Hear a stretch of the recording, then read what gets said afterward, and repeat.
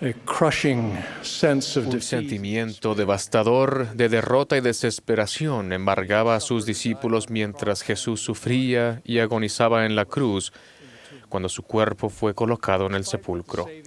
A pesar de que el Salvador había hablado de su muerte y posterior resurrección, ellos no habían entendido. Sin embargo, la sombría tarde de su crucifixión pronto dio paso a la gozosa mañana de su resurrección. No obstante, ese gozo vino cuando los discípulos se convirtieron en testigos oculares de la resurrección, porque aún la declaración de ángeles de que había resucitado había sido algo incomprensible. Se trataba de algo sin precedentes. María Magdalena y algunas otras mujeres llegaron al sepulcro muy de mañana, trayendo especias aromáticas y perfumes para completar la unción que había iniciado cuando colocaron el cuerpo en el sepulcro. Esa mañana hallaron abierto el sepulcro, habiendo sido removida la piedra que lo cubría, y dos ángeles las saludaron declarando: ¿Por qué buscáis entre los muertos al que vive? No está aquí, sino que ha resucitado. Acordaos de lo que os habló cuando estaba en Galilea, diciendo: es menester que el Hijo del Hombre sea entregado en manos de los hombres, y que sea crucificado y resucite al tercer día. Venid, ved el lugar donde fue puesto el Señor, e id pronto y decid a sus discípulos que ha resucitado de entre los muertos. Escuchando a los ángeles, María Magdalena miró dentro de la tumba, pero al parecer lo único que su mente captó fue que el cuerpo se había desaparecido. Corrió a informar a los apóstoles y hallando a Pedro y Juan les dijo: se han llevado del sepulcro al Señor y no sabemos dónde le han puesto. Pedro y Juan corrieron al sepulcro y comprobaron que efectivamente la tumba estaba vacía, y vieron los lienzos puestos allí y el sudario que había estado sobre su cabeza, enrollado en un lugar aparte. Al parecer, Juan fue el primero en entender el majestuoso mensaje de la resurrección. Él escribe que vio y creyó, mientras que los otros aún no habían entendido la escritura que era necesario que Él resucitase de entre los muertos. Pedro y Juan se fueron, pero María se quedó allí llorando. Entretanto volvieron los ángeles y le preguntaron tiernamente: Mujer, ¿por qué lloras? Les dijo: porque se han llevado a mi Señor y no sé dónde le han puesto. En ese momento, el Salvador resucitado, de pie detrás de ella, le habló: Mujer, ¿por qué lloras? ¿A quién buscas? Ella, pensando que era el hortelano, le dijo suplicando: Señor, si tú lo has llevado, dime dónde lo has puesto y yo lo llevaré. El elder James E. Talmage escribió: era Jesús, su querido Señor, a quien hablaba, pero no lo sabía. Una palabra de sus labios vivientes transformó su vehemente dolor en gozo. Jesús le dijo: María. La voz, el tono, el tierno acento que ella había escuchado y amado en días anteriores la elevó de la profundidad desesperante y se volvió y miró al Señor. Y en un arrebato de alegría extendió los brazos para estrecharlo, pronunciando una sola palabra de cariño: Raboni, que significa mi amado Maestro. Y así María Magdalena llegó a ser la primera de todos los seres mortales en ver al Cristo resucitado. Más tarde ese mismo día apareció a Pedro en Jerusalén, luego a 2 discípulos en camino a Emaús, y en la noche a 10 de los 12 apóstoles y otros creyentes. Apareció de repente en medio de ellos y dijo: Mirad mis manos y mis pies, que soy yo mismo. Palpad y ved, porque un espíritu no tiene carne ni huesos, como veis que yo tengo. Y para convencerlos, ya que, llenos de gozo, no lo creían y estaban maravillados, comió pescado y un panal de miel delante de ellos. Posteriormente les mandó: Me seréis testigos en Jerusalén y en toda Judea, y en Samaria y hasta lo último de la tierra. Además de estos testigos, en Jerusalén tenemos el ministerio del Señor resucitado a los antiguos habitantes del hemisferio occidental. En la tierra de abundancia descendió del cielo e invitó a la multitud allí congregada, unas 2.500 personas, a acercarse uno por uno, hasta que todos hubieron llegado y pusieron sus manos en su costado y palparon las marcas de los clavos en sus manos y en sus pies. Y cuando todos hubieron ido y comprobado por sí mismos, exclamaron a una voz diciendo: «Hosana, bendito sea el nombre del más alto Dios». Y cayeron a los pies de Jesús y lo adoraron. La resurrección de Cristo demuestra que su existencia es independiente y eterna. Porque como el Padre tiene vida en sí mismo, así también dio al Hijo al tener vida en sí mismo. Jesús dijo: «Por eso me ama el Padre, porque yo pongo mi vida para volverla a tomar. Nadie me la quita, sino que yo la pongo de mí mismo. Tengo poder para ponerla y tengo poder para volverla a tomar». La vida del Salvador no depende de alimentos, de agua, oxígeno, ni de otras sustancias, poderes o personas. Ya sea como Jehová o como el Mesías, Él es el gran yo soy, el que existe por sí mismo. Sencillamente, Él es y siempre será. Mediante su expiación y resurrección, Jesucristo ha vencido todos los efectos de la caída. La muerte física será provisional y aún la muerte espiritual tendrá final, porque todos regresarán a la presencia de Dios, al menos temporalmente, para ser juzgados. Podemos confiar en su poder para vencer y recibir la vida eterna. Porque por cuanto la muerte entró por un hombre, también por un hombre la resurrección de los muertos. Porque así como en Adán todos mueren, así también en Cristo todos serán vivificados. En las palabras del elder Neil A. Maxwell, la victoria de Cristo sobre la muerte dio fin a la situación precaria del género humano.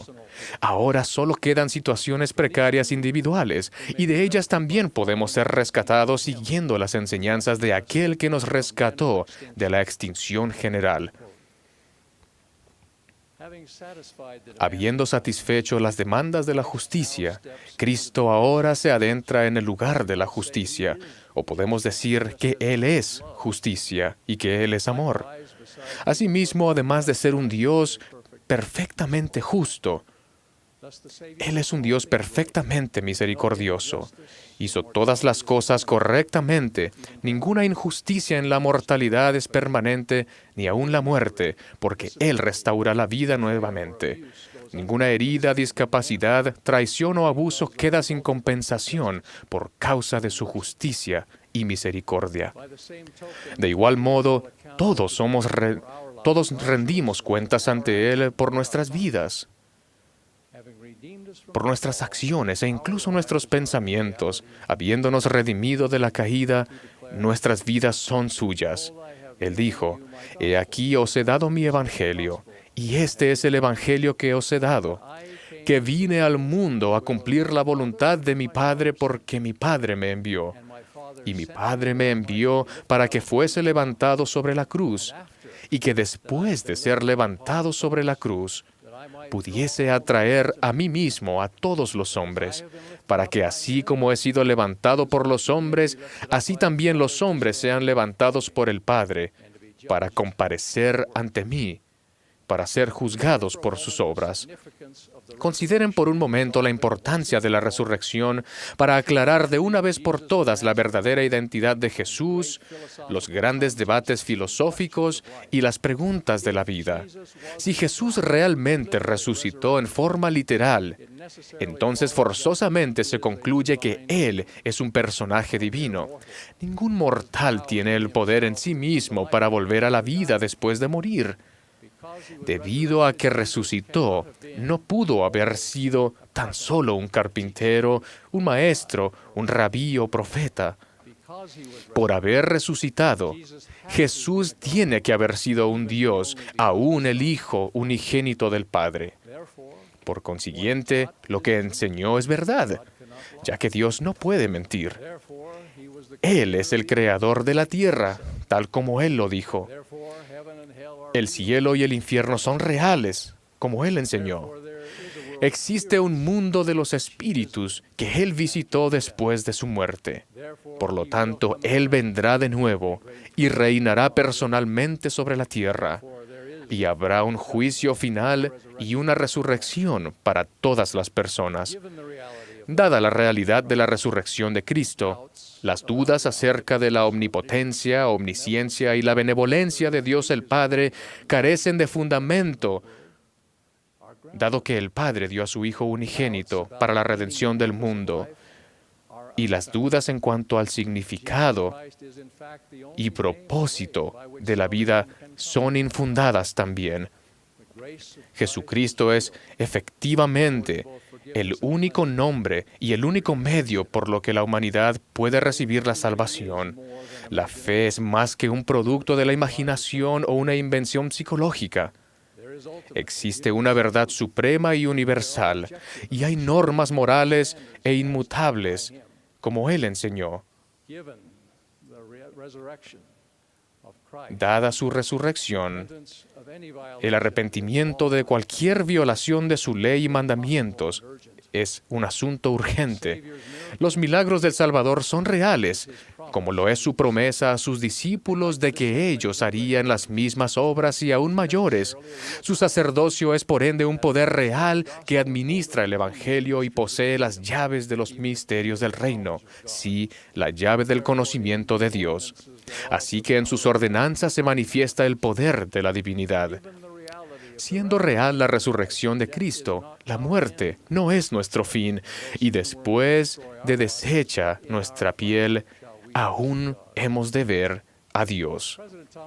El presidente Thomas S. Monson habló acerca de Robert Blatchford, quien hace 100 años atrás, en su libro Dios y mi prójimo, atacó con vigor las creencias cristianas que gozan de aceptación como Cristo, la oración e inmortalidad. Y declaró lo siguiente: afirmo haber demostrado de un modo tan pleno y decisivo todo lo que me propuse que ningún cristiano, sin importar su grandeza y capacidad, puede rebatir ni redarguir mis argumentos. Ese hombre se rodeó de un muro de escepticismo hasta que ocurrió algo sorprendente. Ese muro de pronto se desmoronó. Lentamente empezó a volver a la fe que había despreciado y ridiculizado. ¿Qué fue lo que produjo ese cambio profundo en su actitud? La muerte de su esposa. Con un corazón quebrantado entró en el cuarto donde reposaban sus restos. Vio su cara y al salir del cuarto le dijo a su amigo: es ella, y al mismo tiempo no lo es. Todo está cambiado. Había algo que ahora no está. No es la misma. ¿Qué puede faltar si no es el alma? ¿Realmente murió y resucitó el Salvador? Sí. Los principios fundamentales de nuestra religión son el testimonio de los apóstoles y de los profetas concernientes a Jesucristo, que murió, fue sepultado y se levantó al tercer día y ascendió a los cielos, y todas las otras cosas que pertenecen a esta religión son únicamente apéndices de eso. Cuando estaba por acontecer el profetizado nacimiento de Jesús, había muchos nefitas y lamanitas que creían, aunque la mayoría dudaban. Finalmente se dio la señal de su nacimiento, un día, una noche y otro día sin oscuridad, y todos supieron. Asimismo, en la actualidad algunos creen en la resurrección literal de Cristo, y muchos dudan o no creen. Pero algunos saben. Cuando llegue el momento, todos verán y todos sabrán. De hecho, toda rodilla se doblará y toda lengua confesará ante Él. Entre tanto, yo creo en los muchos testigos de la resurrección del Salvador, cuyas experiencias y testimonios se encuentran en el Nuevo Testamento.